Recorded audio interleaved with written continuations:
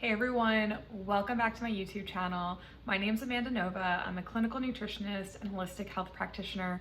And today we're going to talk a little bit about depression, and I'm going to share my experience with antidepressants, taking them, getting off of them, and how I manage my symptoms in a post-antidepressant world. I do want to say that I do believe in taking antidepressants or taking anti-anxiety medication if they are needed and they help someone to manage. It was time for me to get off of them, and I also believe in the natural approach as well. So to me, it's really whatever works for you. So this is really just my experience and what has helped me, in hopes that it could potentially help somebody else who maybe is looking to get off of their medication. You also can do some of these things while you are on the medication, which could make your transition easier or also just support you in general. So a little bit about depression. So the way that I view depression is really a symptom.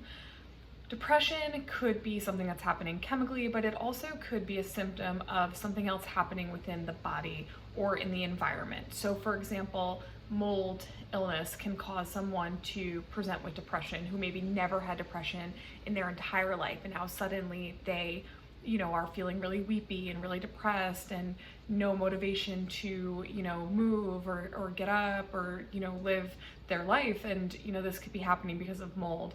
It also could be happening because of Lyme disease. That is definitely what was happening with me, as well as underlying issues like hormone imbalance. So it's also a symptom of estrogen dominance, as well as adrenal fatigue.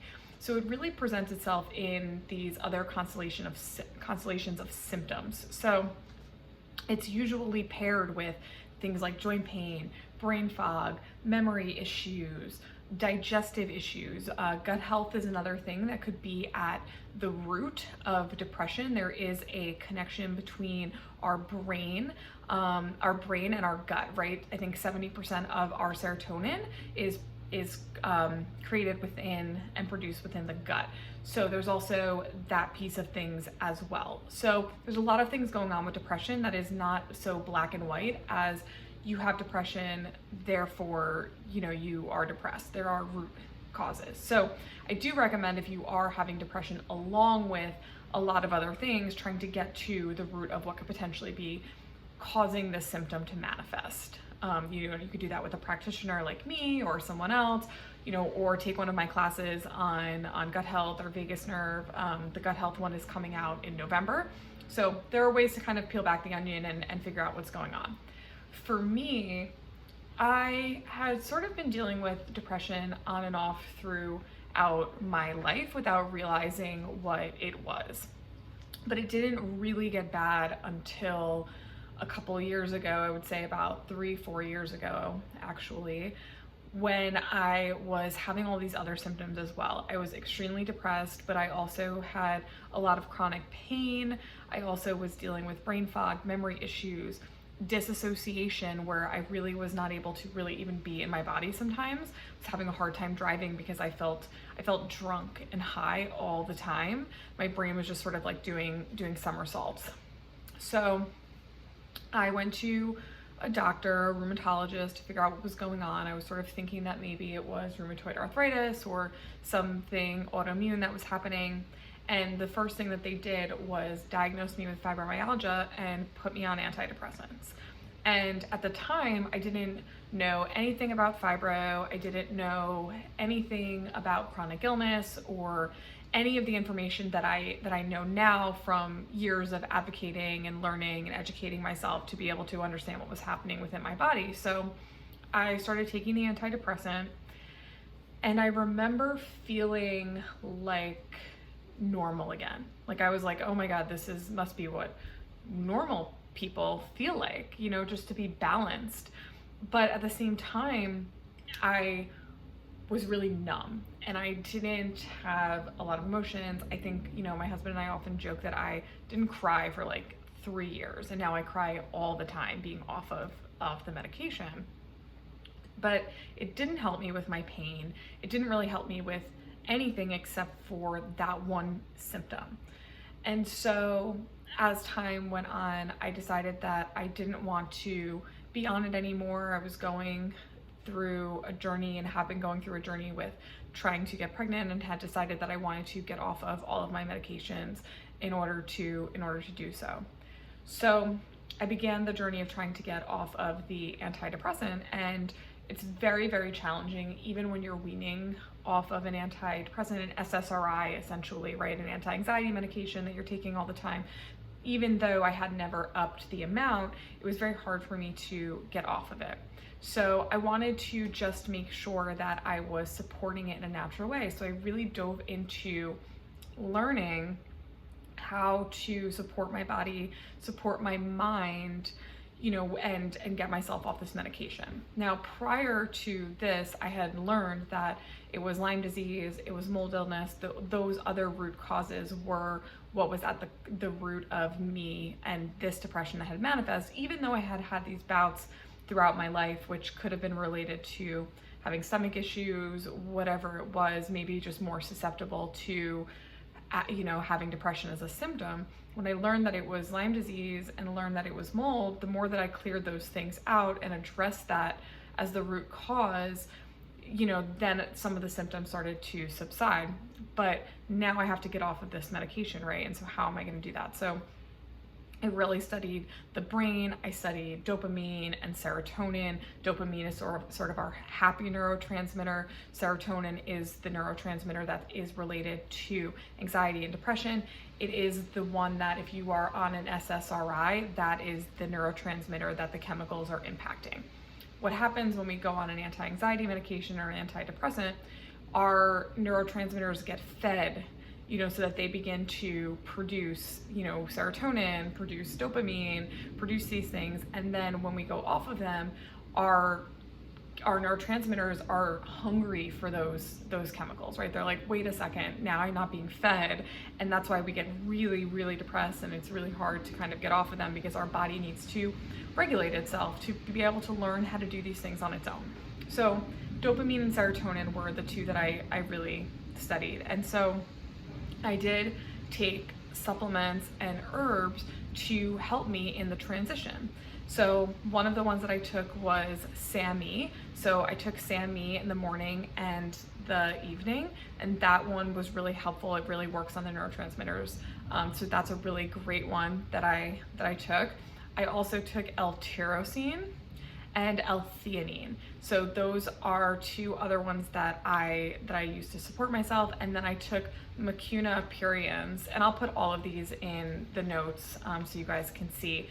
But those are the ones that I took. And then from an herbal perspective, I really looked at psychoactive herbs and what was going to support these neurotransmitters and this sort of happy feeling, right? Like, what are the foods and what are the herbs and what are other natural ways that I could be doing this? And so one of the things is cacao. Cacao is sort of nature's antidepressant. So that's a really great one when you have like real cacao, and you know, it's chocolate. Chocolate makes people happy, and it does. So I would do things like cacao smoothies, or do, you know, some cacao with some warm almond milk with like a hot chocolate. Something like that would be really great. Also, supporting the brain function with omega-3 fatty acids, so things like walnuts and pumpkin seeds that also have magnesium in them, are really, really great for supporting the mood and boosting mood. So those were a couple things. In terms of herbs, ginkgo biloba is one that I took, and I actually created a product called Revive that has golden ginkgo in it, with mushrooms like cordyceps, which also are helpful for boosting mood and boosting brain health, because it's essentially our neurotransmitter that we are working on, right? It's the serotonin, it's the dopamine that we want to have our bodies learn to produce on its own. So I made sure to be either making a tea or doing that tincture, so that I was supporting myself in the most natural, you know, way possible, to sort of make the transition a little easier. It's never gonna be super like black and white, like you're gonna stop taking your antidepressant or anti-anxiety medication, you're taking these things and you're going to be great, but there are little things that you can do to manage and support and help you to make that transition a little bit easier, and then manage day to day. So those were the things. And then in terms of more of the like natural acupressure things that I did, there are depression points on the governing meridian, and they are on top of the head. And so it's this point, there's on the governing meridian, 1 point here and then an inch back. And then, so it's like 1, 2, 3. It's governing 20 and 21 and 19. Those are the ones on the governing meridian that can help you with depression. But you can honestly just put your palm on your head and sort of just kind of rub it. And that, you know, can help boost mood. It helps with brain health. And then another thing you can do is tapping, and you can tap this spot, and this helps to raise dopamine. So you can do it with an affirmation, or you can just do some deep breathing and tap this point under the lip on the chin for, you know, about, I would say 100 taps is usually pretty good. And you can say, you know, affirmations, you know, I feel safe in my body, I feel comfortable, you know, I can do this, I'm okay, you know, whatever, you know, resonates with you. That's a big one for me, is I feel protected, I feel safe. You know, it doesn't have to be I'm happy and we have to pretend that we're happy. It's about managing those real low lows. And then the last thing that I think really helped me with depression was having a community. So for me, I created my Instagram, that's, you know, back when all this stuff was going on, in order to connect with other people and have people to share my experience with and have people to talk about this stuff with, because it really is still sort of a stigma to talk about mental health and talk about depression and talk about being on medications and talk about getting off medications.